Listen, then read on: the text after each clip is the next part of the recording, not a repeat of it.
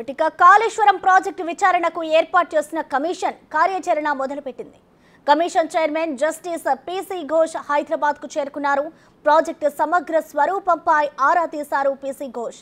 విచారణకు అవసరమైన సాంకేతిక సిబ్బంది, వనరులపై కమిషన్ దృష్టి సారించినట్లు తెలిసింది. ఈ సందర్భంగా సిపి ఘోష్ మంత్రి ఉత్తమ్ కుమార్ రెడ్డితో భేటీ అయ్యారు. అలాగే నీటిపారుదల శాఖ అధికారులతో సమావేశమయ్యారు. ఇక ఈ రోజు కమిషన్ 3 బ్యారేజీలను సందర్శించనుంది.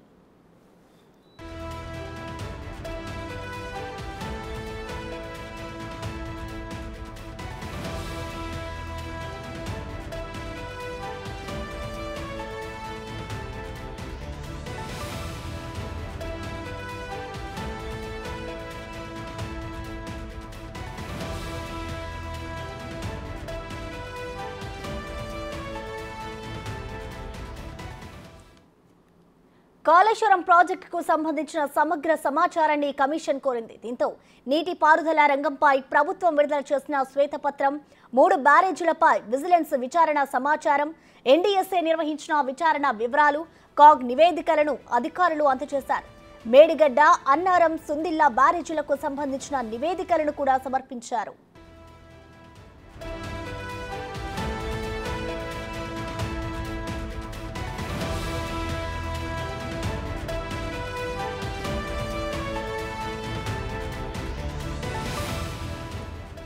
కమిషన్ కోరే సమాచారాన్ని అందించేందుకు ఇతరత్ర సహాయకులుగా 9 మందితో కూడిన నోడల్ టీంను నియమిస్తూ నీటిపారుదల శాఖ కార్యదర్శి రాహుల్ బొజ్జా ఉత్తర్వులు జారీ చేశారు. దీనికి నీటిపారుదల శాఖ ప్రత్యేక కార్యదర్శి ప్రశాంత్ జీవన్ పాటిల్ నేతృత్వం వహిస్తారు. దీనిపై మరింత సమాచారం మా ప్రతినిధి వెంకట్ లైవ్ ద్వారా అందిస్తారు. వెంకట్, చెప్పండి, ఆ 3 బ్యారేజీలను అయితే కమిషన్ ఇవాళ సందర్శించనుంది. సో దీన్ని బట్టి విచారణ ఏ విధంగా చేస్తుంది అనుకోవచ్చు వెంకట్?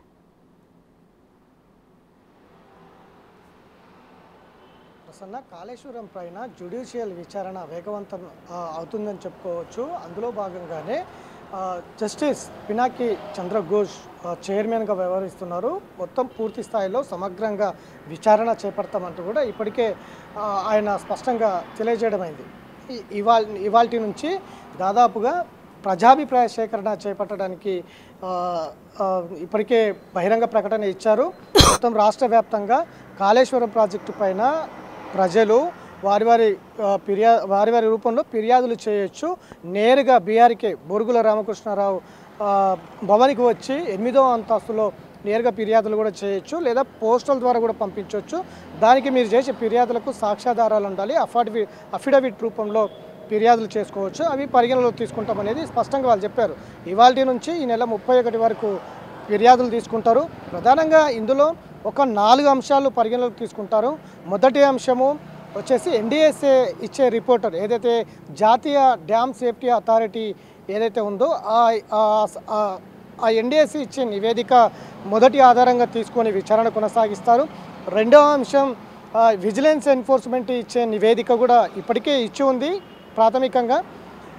దాని ఆధారంగా కూడా రెండవ అంశంగా విచారణ చేపడతారు. మూడవ అంశం వచ్చి కాగ్ నివేదిక ఆధారంగా కూడా విచారణ చేపడతారు. దీంతో పాటు ఈ 3 అంశాలు పరిగణలోకి తీసుకున్న తర్వాత ప్రభుత్వం ఇచ్చిన గత అసెంబ్లీ సమావేశాల్లో ప్రభుత్వం ఇచ్చిన పవర్ పాయింట్ ప్రజెంటేషన్ని కూడా పరిగణలోకి తీసుకుంటారు. ఈ 4 అంశాలతో పాటు కమిషన్ అట్లనే కాళేశ్వరం ప్రాజెక్టు కింద ఉన్నటువంటి మేడిగడ్డ, అన్నారం, సుందిల్లా ఈ 3 ప్రాజెక్టులను కూడా సందర్శిస్తారు. అక్కడ పరిశీలిస్తారు.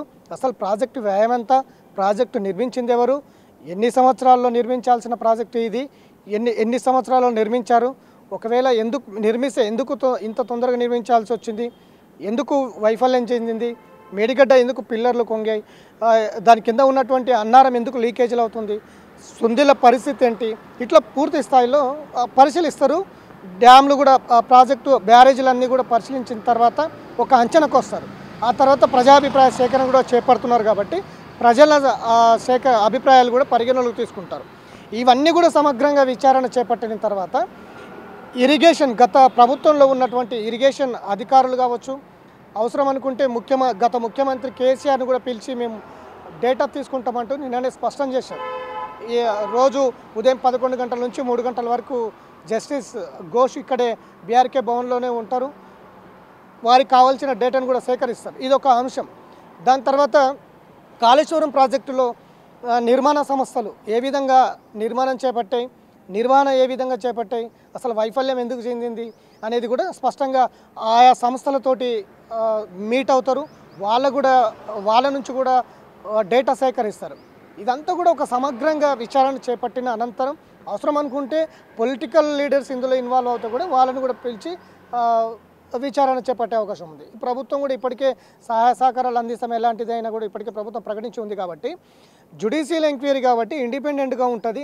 ఎవరి సహాయ సహకారాలు లేకుండా వారికి ఎవరైతే ఇందులో ఇన్వాల్వ్ అయి ఉన్నారో వాళ్ళందరినీ పిలిచి విచారణ చేపట్టడం మొదలుపెట్టింది. ఇప్పటికే ముందుగా ప్రజాభిప్రాయ సేకరణకు ముందుగా శ్రీకారం చుట్టింది. దాంతోపాటు మనం చెప్పుకున్నట్టు ఎన్డీఏసీ రిపోర్టు, అట్లనే విజిలెన్స్ ఎన్ఫోర్స్మెంట్ ఇచ్చే రిపోర్టు, అట్లనే ప్రభుత్వం ఇచ్చిన పవర్ పాయింట్ ప్రజెంటేషన్కి సంబంధించిన నివేదిక, దాంతో ప్రజాభిప్రాయ సేకరణ, ప్రాజెక్టు బ్యారేజ్ సందర్శన, ఇట్లా 1 by 1 విచారణ చేపడుతున్నారు.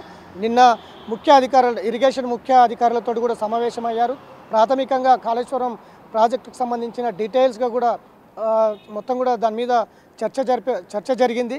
అధికారులతోటి కావాల్సిన డేటా కూడా సేకరించారు. ఇరిగేషన్ చీఫ్ రాహుల్ బొజ్జాతో పాటు ముఖ్య అధికారులు కూడా నిన్న జస్టిస్తో కమిషన్తో సమావేశం ఏర్పాటైంది. ఇప్పుడు దాని మీద పూర్తి స్థాయిలో సమగ్రంగా విచారణ జరగాలంటే ముందుగా ప్రజాభిప్రాయం, ఎందుకంటే తెలంగాణకి ఇదొక మణిహారం, తెలంగాణ ప్రజల కళ కాళేశ్వరం చెప్పుకుంటున్న గత ముఖ్యమంత్రి నిజంగా ఇది తెలంగాణకు వరమా లేకపోతే ఇంకొకట అనేది స్పష్టంగా ప్రజాధనాన్ని 1,00,000 కోట్ల రూపాయలు కాళేశ్వరం పైన ఖర్చు పెట్టారు. కాబట్టి ఎన్ని ఎకరాలకు నీళ్ళు అందించారు, ఎంత లేదనేది కూడా స్పష్టంగా బయటకు వచ్చే అవకాశం ఉంది. ఎందుకంటే స్పష్టంగా కమిషన్ కూడా చెప్తుంది, కాళేశ్వరం నష్టం మాత్రమే పరిగణలోకి తీసుకుంటాం, దానికి సంబంధించిన అంశాలన్నీ కూడా అన్ని నిర్మాణ సంస్థలు కావచ్చు లేకపోతే నిపుణుల సలహాలు కూడా తీసుకుంటాం. పూర్తి స్థాయిలో ఒక జ్యుడిషియల్ విచారణ జరుగుతుంది. ఎవరి ముఖాలు చూడాల్సిన అవసరం లేదు. ఇందులో ఎవరి అందులో ఇన్వాల్వ్ ఉంటే అందరిని పిలిచి విచారణ అయితే కొనసాగిస్తామనేది స్పష్టంగా చెప్తుంది. ఇవాల్టి నుంచి ఈ నెల 31 వరకు ప్రజాభిప్రాయ సేకరణకి ఇచ్చారు. కాబట్టి ప్రజాభిప్రాయ సేకరణ తర్వాత బ్యారేజీల సందర్శన ఉండే అవకాశం స్పష్టంగా కనిపిస్తూ ఉంది. ఈ నెల 31 తర్వాత అంటే కమిషన్ కావాల్సిన డేటా అంతా తీసుకున్న తర్వాత, ఎందుకంటే ఇప్పటికే ఒక 4 నుంచి 5 అంశాలు నివేదికలు ఇప్పటికే కమిషన్ చేతిలో ఉన్నాయి.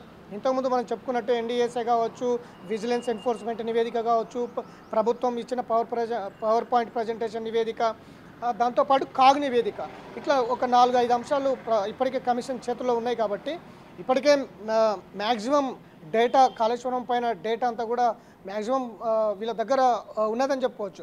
ఒక బ్యారేజీల సందర్శన పరిశీలించిన తర్వాత ప్రజాభిప్రాయ సేకరణ ఏ విధంగా ఉంటుంది, ప్రజాభిప్రాయాలు ఏ విధంగా ఉంటాయి అనేది కూడా పరిగణలోకి తీసుకున్న తర్వాత పూర్తి స్థాయిలో ఒక నివేదిక రెడీ చేసుకునే అవకాశం అయితే కనిపిస్తుందో. క్లారిటీ వచ్చిన తర్వాత నిర్మాణం సంస్థలు ఏవైతే ఉన్నాయో వారి మీద కూడా వాళ్ళ దగ్గర కూడా డేటా తీసుకున్న అనంతరం ఫర్దర్ స్టెప్ ఏం చేయాలి, వాళ్ళకి నోటీసులు ఇవ్వాలా లేకపోతే అదుపులో తీసుకోవాలా లేదా ఇంకేమైనా చేయాలా అనే దాని మీద నిపుణుల సలహాలను బట్టి కమిషన్ ముందుకు వెళ్ళే అవకాశం అయితే స్పష్టంగా కనిపిస్తుంది. Thank you Venkat.